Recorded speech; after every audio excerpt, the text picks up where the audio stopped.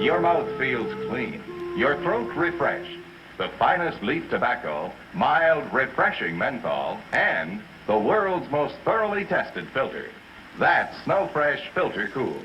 Why don't you switch from hot to the Snow Fresh coolness of cool? Weeds just make me rattlesnake mad. Now Roundup has a new sharpshooting wand. I'm sending them weeds to the great beyond. Roundup. Yeah. No need to pump, just point and shoot. Hit them in the leaves and it kills to the root. Round fences, trees, even mulched beds. Because the only good weed is a weed that's dead. Roundup. Yeah. Hi, my name is Jerry Kroth. I'm a professor at Santa Clara University, graduate division. And I've made 4 other propaganda videos, and about 300,000 people have watched them. So today we're talking about Roundup and Monsanto. So a little background. Roundup is an herbicide, one of the most potent ever developed. It kills a lot of vegetation. And there are products that have been made that have been genetically engineered to withstand the toxicity of Roundup. Corn, soybeans, alfalfa, canola, cotton. When they say Roundup Ready alfalfa, they mean the alfalfa Mother Nature did not make this alfalfa. This alfalfa has been engineered to withstand this toxic herbicide. That's why it's ready. It's Roundup Ready. It's ready to be sprayed. Okay? So, here's how it works. Roundup is technically called glyphosate. It enters the leaves, stems, gravitates to the roots of a plant, killing it thoroughly. It kills virtually everything. Roundup, quote, is a non-selective herbicide that kills all vegetation. Oh, that's a sweeping statement. According to Newsweek, quote, it is the most heavily used agricultural chemical in the history of the world. About 300 million pounds of glyphosate are applied each year. Whoa. Now, the question arises. If soybeans are harvested and turned into baby formula, and then a baby eats that or drinks that soy-based baby formula from Roundup Ready soybeans, is that okay? A soybean field has been sprayed between 2 and 4 times with Roundup. And between 88 to 92% of all soy in the United States is GM soy. So there's a high probability that baby is ingesting soy milk that has been sprayed 2 to 4 times with a toxic herbicide. Okay. Between 0 and 3 years of age, the brain undergoes an amazing period of development, continues to grow. It produces 700 new neural connections every second. So with that backdrop, this child is ingesting this substance. Now the government, Monsanto, the EPA, the FDA, says it's okay. It's okay for human consumption. But it would cause you to wonder, wouldn't it? Okay, so we wonder, but those are our doubts. So approaching this subject, if you notice, since 1990, that'll be a critical year. That's when they started spraying Roundup. Heart disease is down 20% since 1980. I mean, heart disease deaths are down 20%. Oh, we have stents, we have statin drugs, we have better education, better treatment, and congratulations to us. The same is true with cancer. Its rate of death is down 25%. Again, better treatment, better knowledge, better skills, better care. Wonderful. But there are some diseases that are increasing since 1990. There are 12 diseases that are mysteriously increasing since 1990. Now that on your upper left in the corner of your screen is Roundup, and how often Roundup starts getting sprayed in earnest around 1990 and has increased 200 times since that time. Well, there have been some diseases that have paralleled that process. Lymphoma, kidney failure, breast cancer, asthma, Parkinson's, multiple sclerosis, thyroid cancer, Crohn's disease, Alzheimer's, They have all gone up, and all gone up rather mysteriously. So here you see population increasing 1.3 times since 1990. But lymphoma, kidney failure, and breast cancer are up twice as much, more than population. Why? We don't understand why. What are the causes? Celiac disease, thyroid cancer, asthma and Parkinson's and MS. Notice Parkinson's and MS are neurological. They're up 2.5 times more, and while population is only up 1.3 times. Celiac disease, thyroid cancer, almost 3 times more than 1990. Crohn's disease, 5 times more. Alzheimer's, 10 times more than 1990. Autism, 22 times more than 1990. What is going on? What is the cause? No one knows. We speculate. There are scientific studies. There are no answers yet. So, since this is a bit of a controversial talk, every once in a while I'm going to show you the references that support this. I'm just not making this stuff up.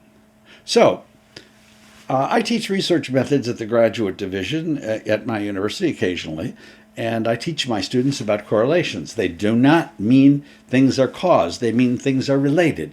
If one variable goes up and the other variable goes up with it, that's interesting. It's statistically significant, but it doesn't mean that that causes that, always. It could be, but it doesn't necessarily. It's kind of like guilt by association.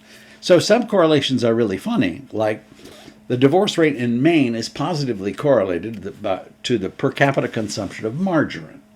Does that mean if you're getting divorced, you have this incredible need to eat margarine?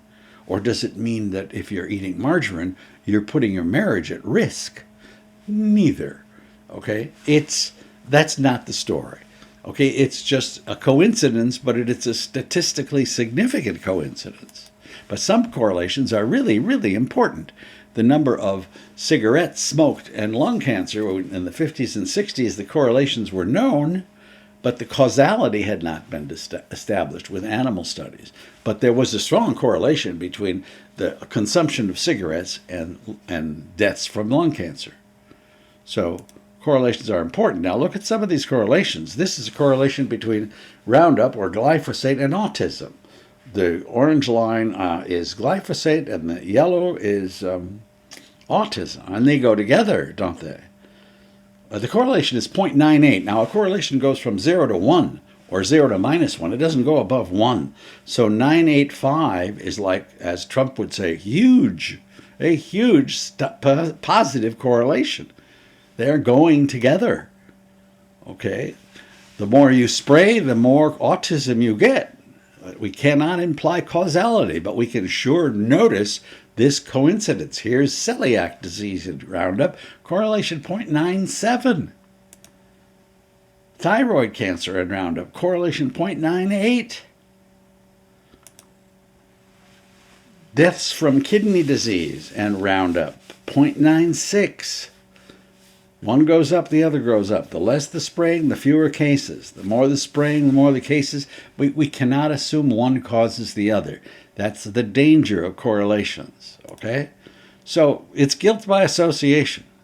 Like, let's say that O.J. Simpson is accused of murder, and you're a friend of O.J. Simpson's and used to hang around with him all the time. You're correlated with O.J.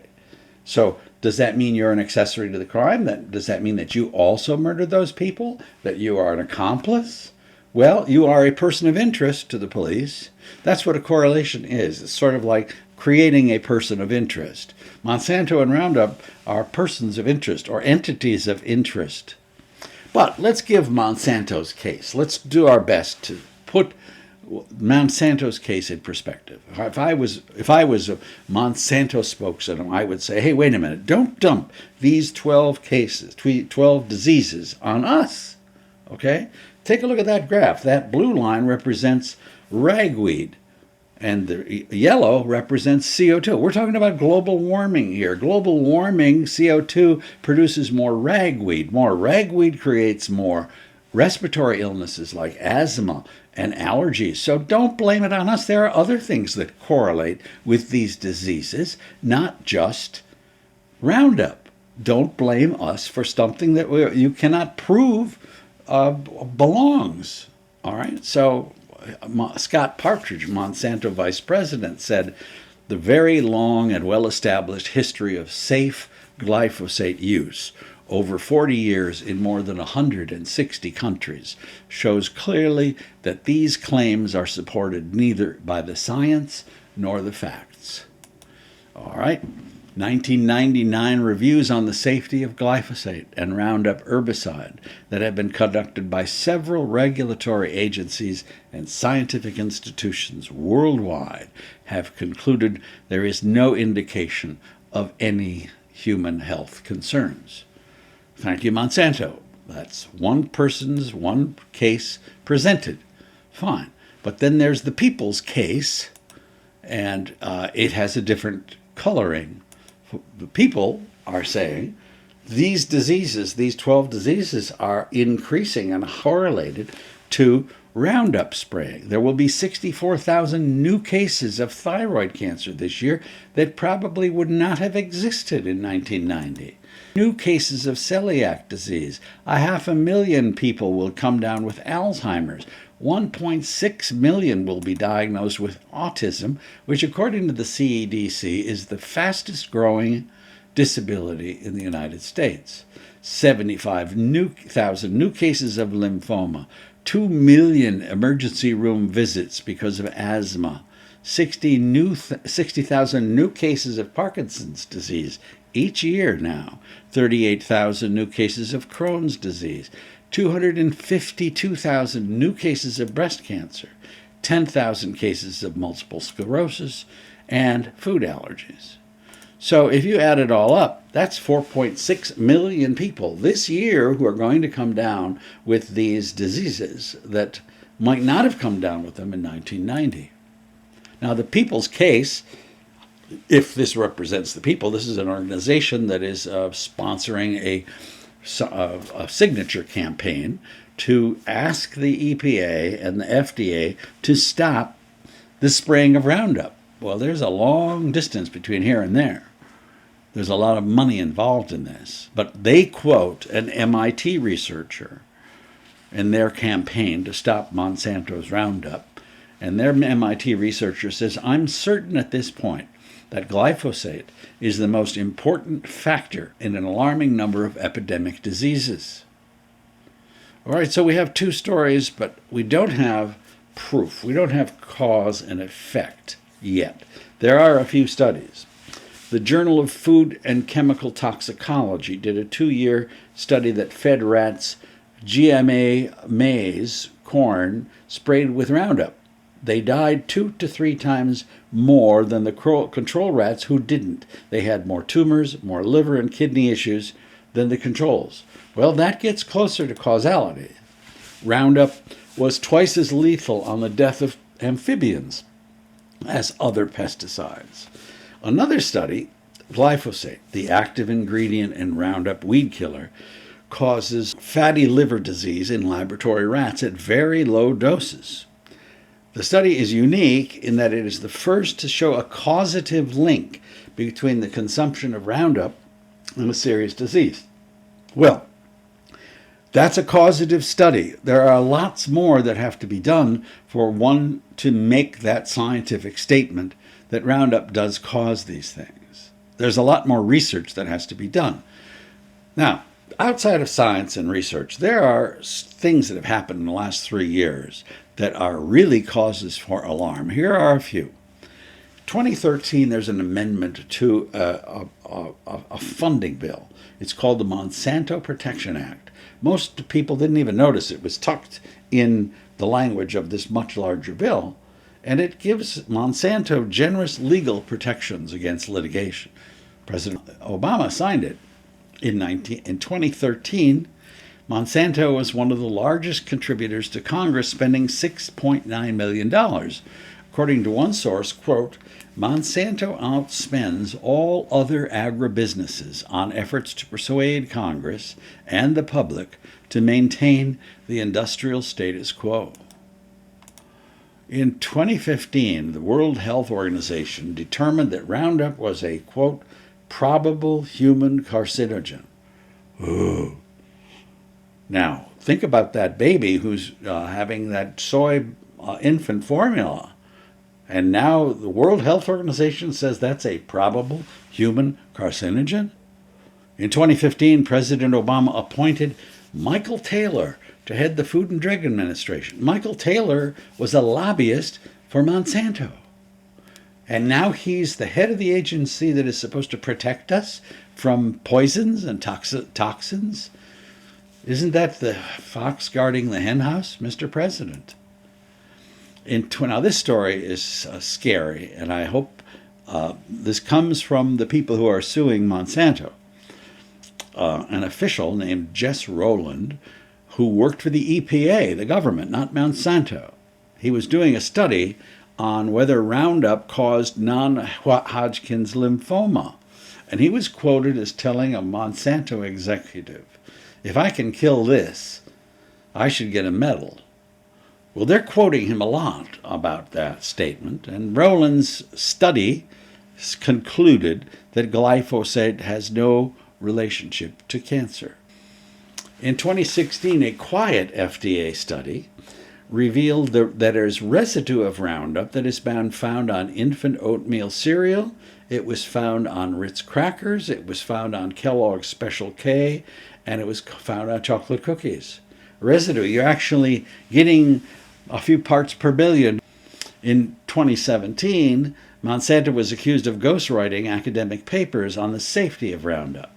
It was alleged that the EPA was unaware of Monsanto's deceptive authorship practice. Well, there are some more sources to back up those statements. So, an interim conclusion is we're not indicting Monsanto. In my view, the science is not there to make that statement. But if you were to talk about the issue of probable cause, is there a sufficient amount of data that has been collected that makes you think there is sufficient reason to study this issue? I mean, if the World Health Organization says it's a problem, doesn't that mean that the United States government, through the FDA or the NSF, should make a massive effort to study this question for the American people without scientists from Monsanto or scientists from the other side, but independent scientists with no conflicts of interest? That to me is a rational, reasonable conclusion. It needs to be done, and it needs to be done now. Now, this is a story about propaganda, right? That's the title of this talk. So where's the propaganda, Jerry? Well, let's talk about propaganda now. I like to use a certain database, a reference, when I do work on literacy. It's called the Vanderbilt Television Archives. They have videotaped, recorded, archived virtually every evening news television broadcast back to the 80s. So if you want to look up Brian Williams, who was talking about something, you can find it here. You could even buy a videotape of that show.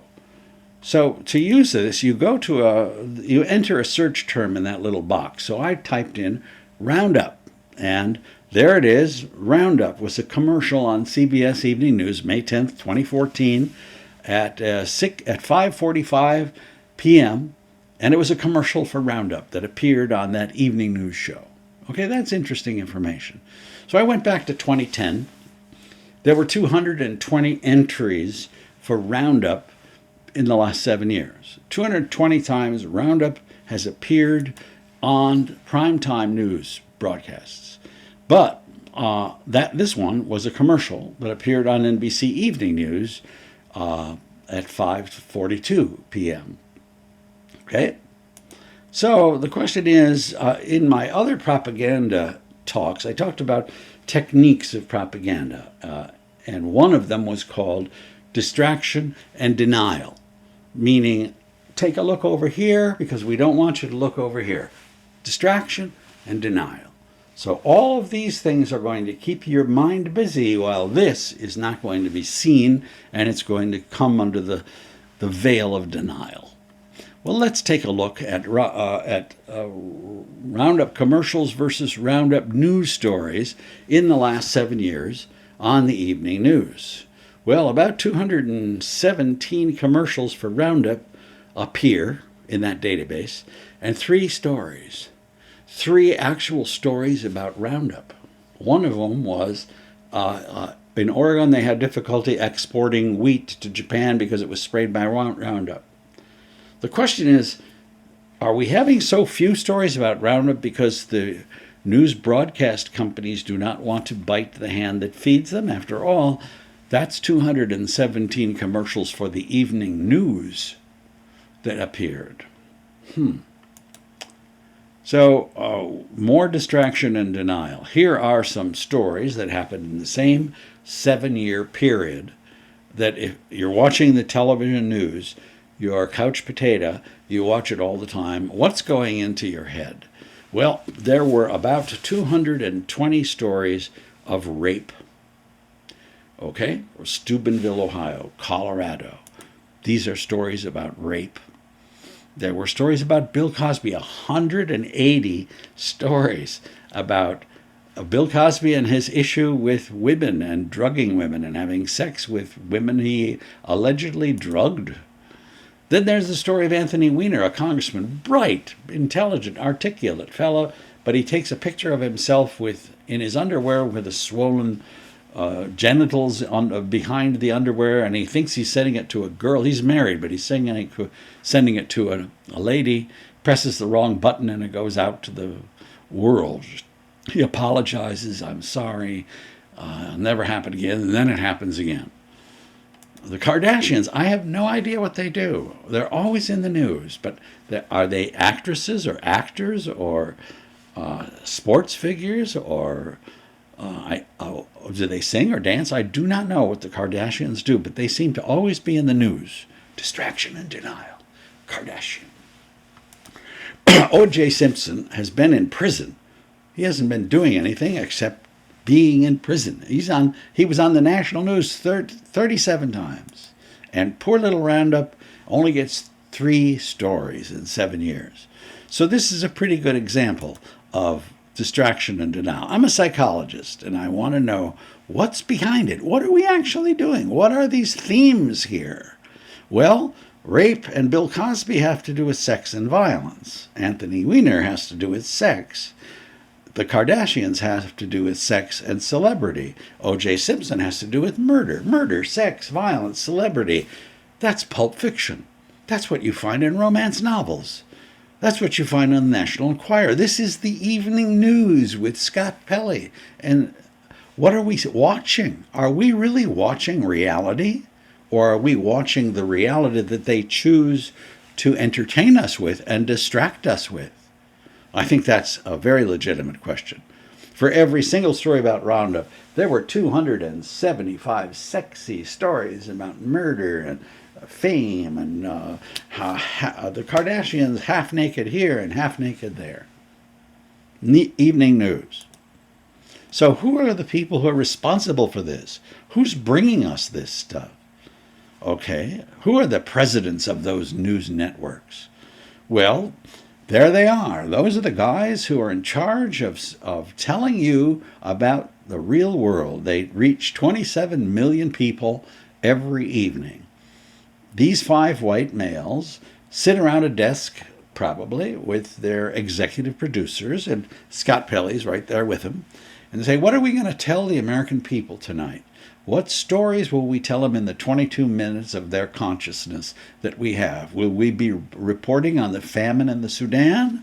Or should we do the story on rape in Steubenville, Ohio? So they're making those decisions for us. Okay? Now, are you saying, is that fake news? Well, I don't think it's fake news. There are 170,000 rapes every year, 473 rapes every day to choose from. You don't have to fake it. If you want to show a story about rape, you've got a lot to choose from. No reason to make it up. 223 primetime features on rape since 2010. Is that representative of all the rapes in the country? I don't think so. There were only 29 stories of black women who were raped in those last 7 years, who made primetime evening news. 1 in 5 black women in this country has been raped. Okay? This is not representative of the academic study of rape. These are stories that have hooks, that have something cute about them. A group of white army recruits raped this woman. Now, that could be a story. A Facebook rape where somebody filmed the rape on Facebook. That's a good story. But a run-of-the-mill rape we're not interested in. So even our stories of rape are distorted. They're not representative of the rapes that occur in this country. So the bottom line here is not that our evening news is bringing us reality. It is not. It is a profit center. Here is a graph. I hope you can see it. At the top is the Big Bang Theory, one of the most popular shows on American television. At the bottom, the Carrie Diaries, or whatever that is. And this is how much they charge for a 30-second commercial. So if you have a show that has a large market share, many viewers, the Big Bang Theory charges over $330,000 for a 30-second advertising spot. Okay? That's where they make their money. The Vampire Diaries, they're not that popular. You can get 30 seconds of commercial time for about $50,000. So the issue is the news media has become a profit center for the networks. And so the number of viewers means more market share, more eyeballs, and more revenue. So NBC is leading the pack currently with some 9 million viewers. And CBS only has 7.5 million. And poor Wolf Blitzer and his moral crusade against political incorrectness, only 1.2 million viewers. So if you want to buy a commercial on NBC's evening news, which is what Monsanto often buys, it costs more money because they have more viewers. And they have more viewers because they have more sensational stories. Now, Ted Koppel was interviewed by Bill O'Reilly, and quite to Bill O'Reilly's suspense, Ted Koppel took a bite out of Bill O'Reilly with something that I completely support. And you know who made it irrelevant? You did. You have changed the television landscape over the past 20 years. You took it from being objective and dull to being subjective and entertaining. Yeah. So the news is obviously entertaining, and the consequence of that, however, is that it distorts our perception of the world. So let's say we're one of those 5 guys, white males, sitting around the table with our executive producers, and we're going to say, what story are we going to give them today? Well, there's Bill Cosby. Oh, Flash. Yes, scandal, sensational. Look at all those women. Wow. That's a story with legs. We've done it 180 times. Let's do it 181 times. When there's another story, Roundup. That's a map of the United States and how much the United States has been saturated by this herbicide. Do you want to do a story on how the country has been saturated by what could be a very toxic substance? I don't think so. It doesn't have that. It doesn't have that je ne sais quoi that we're looking for. And besides, they sponsor the evening news. What are you, crazy? So we don't see certain things, and that's what the results of propaganda are. We have distorted perceptions of the world, misperceptions, delusions about global warming, deny we're living in a fog. We have lost contact with reality, and we, as one guy said, we are entertaining ourselves to death and masquerading it as if this is the news of the world. So thank you very much for watching.